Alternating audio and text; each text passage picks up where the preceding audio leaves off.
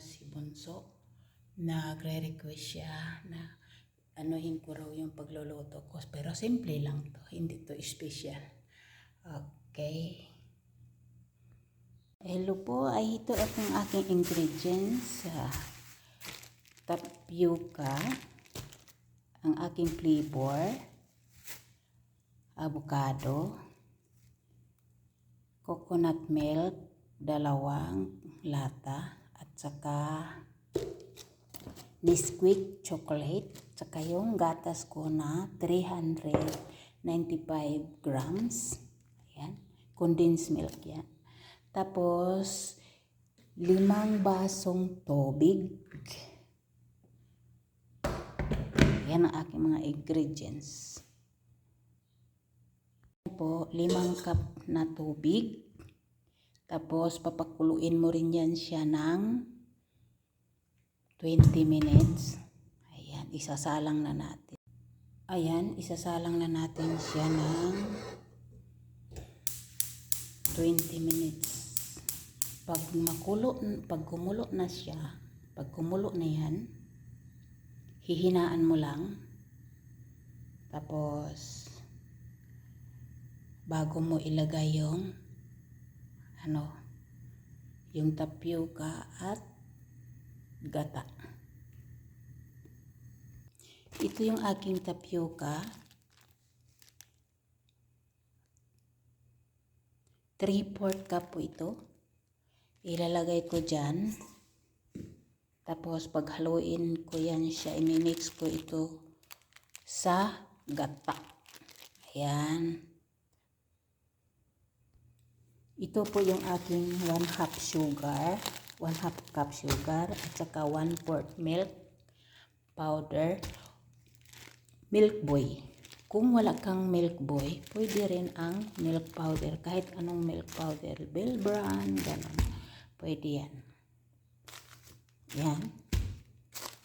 Ngayon, ang ihahalo ko ngayon, yung aking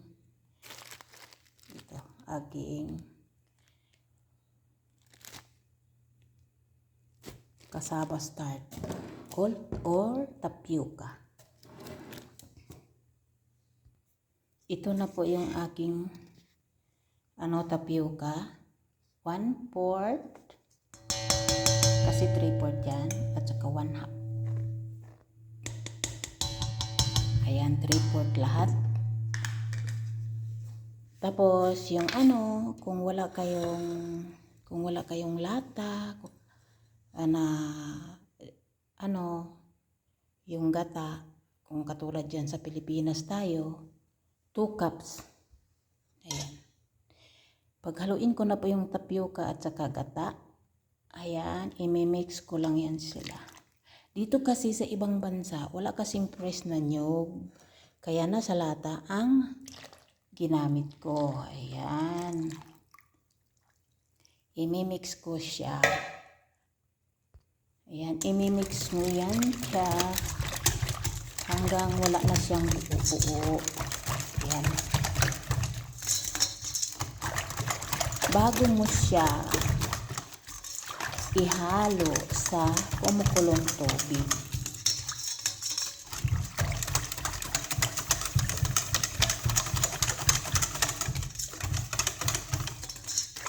Ayan, haluin muna natin.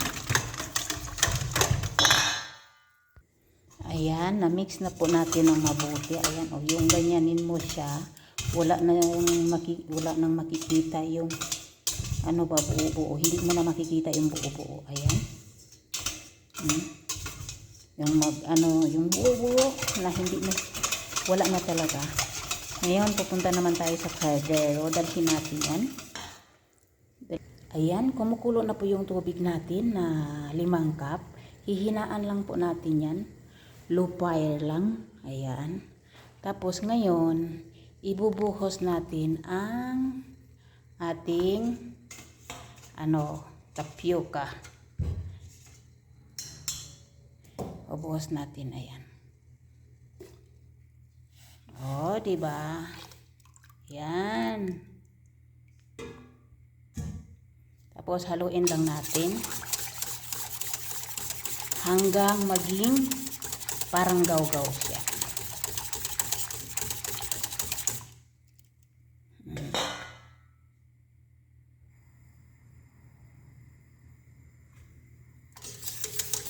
Haluin lang muna natin siya habang maluto. Ng 5 minutes o 10 minutes. Huwag mo lang siyang lakasan ng apoy kasi kung lalakasan mo yung apoy, masusunog yan sa ilalim. At huwag mo siyang hintuan ng halo-halo. Kasi bababa yung didikit sa ilalim, masusunog. O, diba? Ayan na po, kumukulo na siya. Pero kailangan medyo thick siya. Palutuin pa natin ng 20 minutes. Pero sa low fire lang. Ayan. Patayin na natin yung apoy. Kasi na siya, kumukulo na siya. Ayan, patayin na natin apoy. Tapos, palamigin natin yan siya sa freezer. Or frigidaire lang, frigidaire. Kung nagmamadali kayo, halimbawa, 2 oras lang ang oras nyo, i-freezer nyo siya. Tapos, bantayan nyo lang na hindi siya mag-ice. Mag-ice. Ayun. Ayan, ilagay natin sa freezer yan. Kasi, 2 oras lang ang oras namin para makagawa na. At saka ko na lang ihalo yung mga condensed milk, milk powder, tapos ibibit ko na yan siya ng mixer mamaya pag lumamig na. Kasi pag malamig na, madali siyang umalsa. Ayan, ilagay ko muna sa freezer. Ayan, nilagay ko na po siya. Ayan. Mga 1 hour lang yan malamig na. 1 hour o 2 hours. Kung sa frigidaire naman, halimbawa, gagawa kayo ng gabi, umaga ninyo gawin, ilagay nyo na sa gabi. Frigidaire lang yun. Hindi freezer kasi mag-a-ice yan. Huwag nyong pa-icein siya kasi mahirap i-mix yun. Okay? Mamaya, pag malamig na siya, ipapakita ko sa inyo kung paano ko ilagay yung asukal, condensed milk, milk powder, ayun. Tapos pag ma-mix mo na siya, at saka mo na yung, pahatiin mo siya yung maalsa na siya, at saka mo na lang ihalo yung mga flavor niya. Paghatiin mo, chocolate, at saka avocado, ayan, or vanilla, ayun. Madali lang yon. Makikita nyo rin mamaya. Now, ay ilagay ko na yung asukal.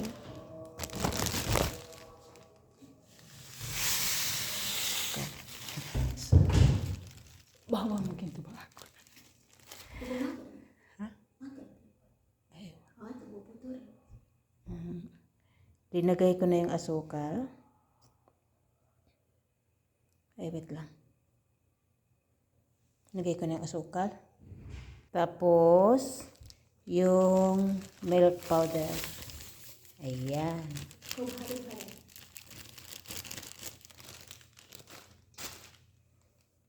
Yan, linagay ko na yung powder milk. Ngayon, halo-haloin natin.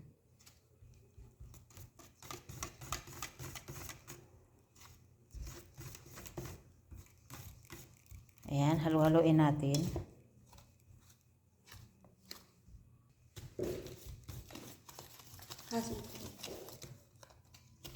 Asan ka ba?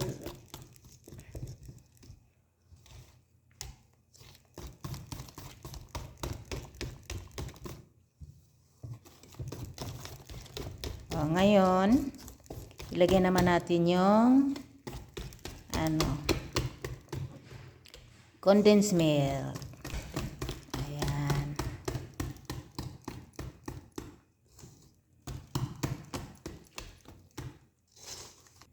Ngayon, ayan, tapos na siya.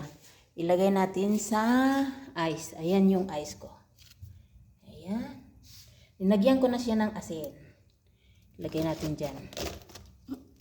Ngayon, imimix natin.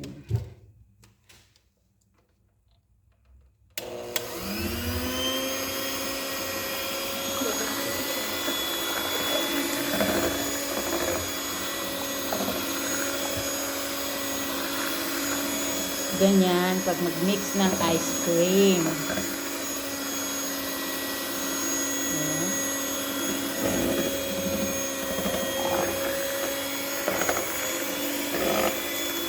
Pagkatapos na siyang mag-mix, umalsa na yan siya. At saka natin hatiin, lagyan natin ng flavor. Gusto mong mangga, gusto mong Milo, Nestle, ayan.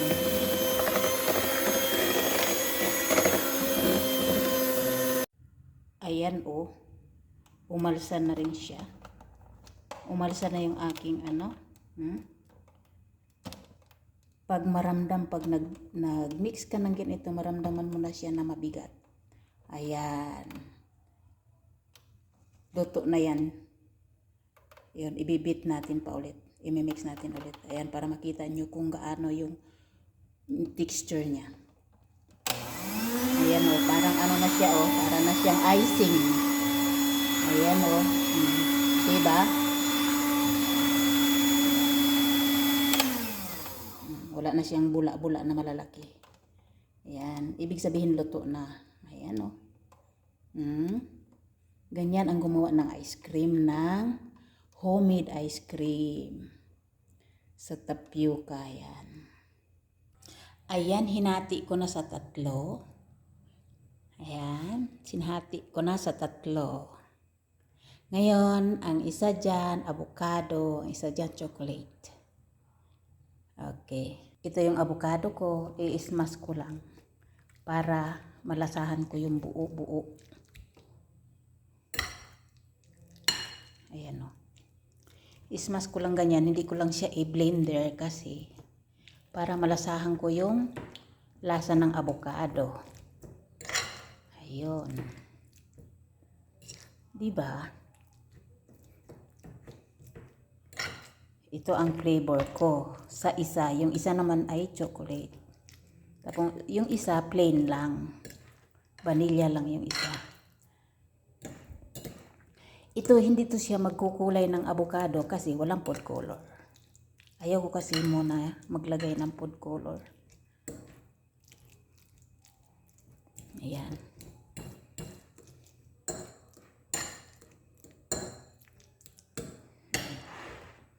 Ayan. Ito, lagyan natin ng chocolate.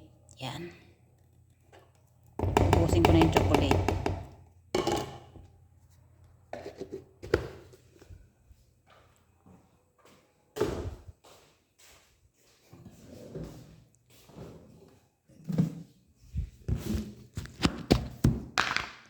Ayan, lagyan natin ng chocolate.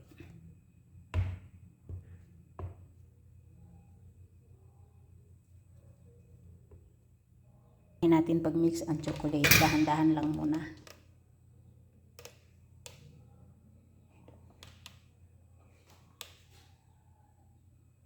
Ayan, i-mix lang muna natin. Ang chocolate dahan-dahan. Huwag masyadong malakas kasi tatalisik yan siya. Tatalisik yan. Pwede namang ikakamay mo, hindi mo i-mix siya. Pwede mo naman yung ikamay. Kaya lang matagal. Gusto ko nagmamadali ako.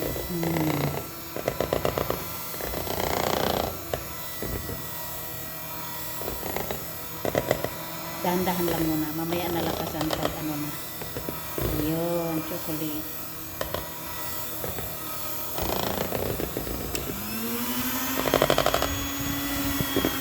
Ayan diba? Parang icing na. Nagpo-form na siya. Tapos ito naman yung avocado. Ayan, ilagay ko na yung avocado. Wait lang kay sisimutin natin kasi ang mahal ng avocado dito, avocado.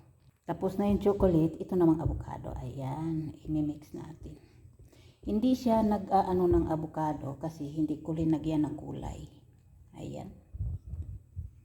Pasensya na kayo kasi kamay ko naghahawak, kamay ko rin ang isang kabilang kamay ko ang naghahalo. Wala ako kasing kasama, wala akong taga-video.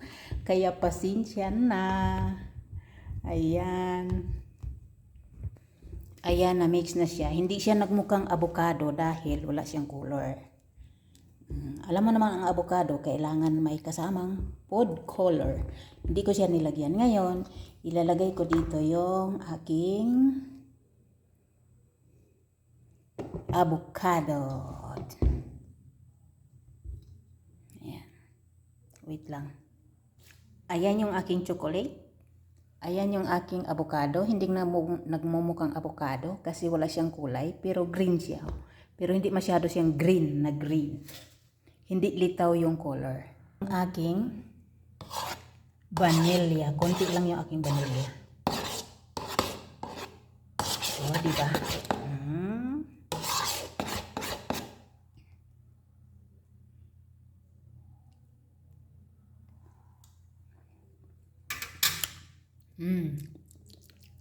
Sarap. Yung ating avocado dito. Ayan. Bibigyan ko rin si Nini Official. Ayan.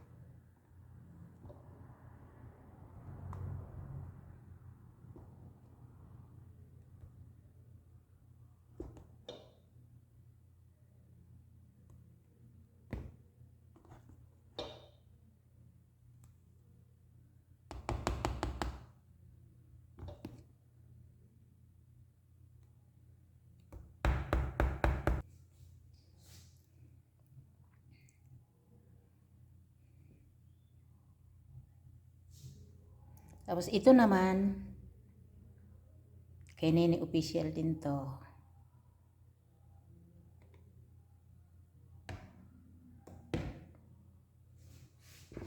Ibubuhos na lang natin. Ayan, kay Nini Official. Na chocolate. Oh. Ayan na po yung aking finished product. Ayan. Ang aking finished product na ice cream. Chocolate with vanilla. Chocolate. Avocado. Ayan. Avocado din yan. Oh, diba?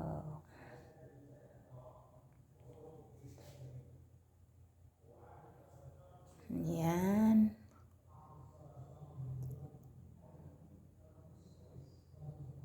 Check na po natin ang ating ice cream. Ayan. Matigas na sila pareho.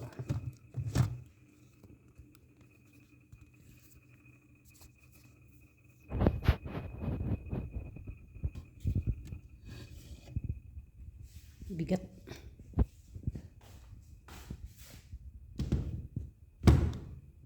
Ayan. Chocolate, vanilla. Ito naman ay avocado.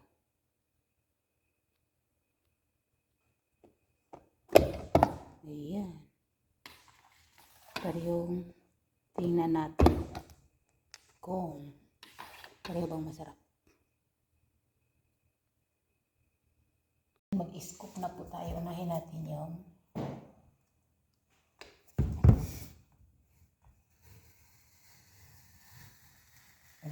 ito. Avocado.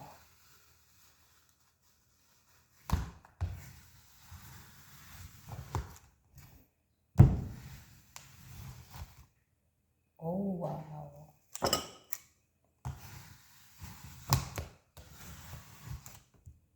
Ayan. Mag-i-scoop tayo.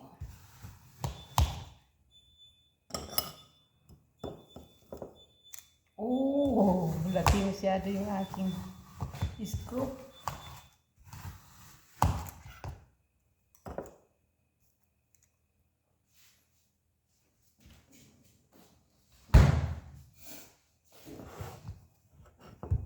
Ayan. Tapos dito naman tayo sa isa. Dito naman tayo sa isa. Sa chocolate. With vanilla. Ayan.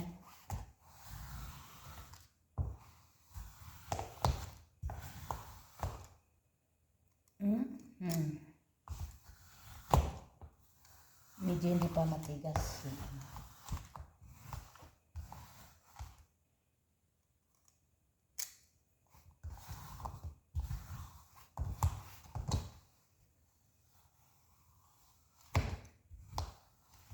Ayan.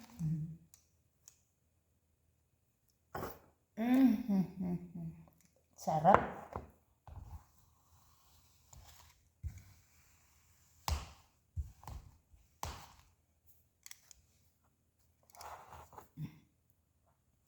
Chocolate with vanilla. Ito yung aking avocado.